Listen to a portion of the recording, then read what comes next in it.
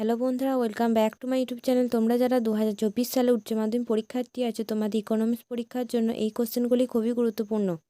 এই প্রশ্নগুলো দেখে গেলেই তোমরা অবশ্যই কমন পাবে, তাই ভিডিওটি প্রথম থেকে শেষ পর্যন্ত অবশ্যই দেখবে। পার্ট এ থেকে আসছে তোমাদের কোনো দ্রব্যের জন্য ব্যক্তিগত চাহিদা নির্ধারণকারী দুটি বিষয়ে উল্লেখ করো। চাহিদার পরিবর্তন বলতে কী বোঝায়? উৎপাদনের গড় ও প্রান্তিক ব্যয়ের মধ্যে সম্পর্কটি বিবৃত করো।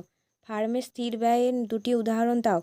মুদ্রাস্ফীতি নিয়ন্ত্রণের জন্য দুটি স্বরাজ্য সংক্রান্ত নীতির উল্লেখ করো।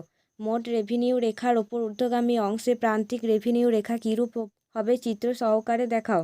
মৌসুমি বেকারত্ব কাকে বলে? উৎপাদনের উপাদানগুলি আয় যোগ করে কিভাবে জাতীয় আয় পাবে তা ব্যাখ্যা করো। কোনো দেশে জাতীয় আয় পরিমাপ করার অসুবিধাগুলি আলোচনা করো।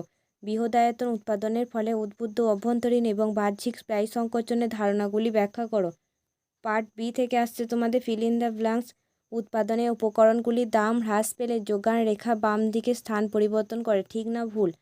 পচনশীল দ্রব্যের যোগানে স্থিতিস্থাপকতা বেশি হয়, ঠিক না ভুল?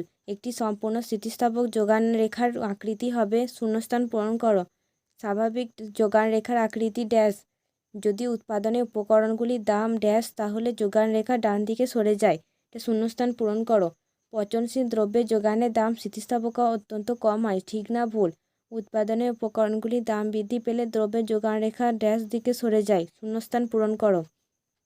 এমসিকিউতে থাকছে তোমাদের এভিসি রেখা নিম্নতম বিন্দুকে বলে উৎপাদন বন্ধের বিন্দু। যখন গড় ব্যয় ন্যূনতম হয় তখন প্রান্তিক ব্যয় গড় ব্যয়ের সমান হয়। লেফাফা বা মোড়ক রেখা বলা হয় ল্যাক রেখাকে। এসি যখন সর্বনিম্ন হয় তখন এমসি সমান এসি হয়।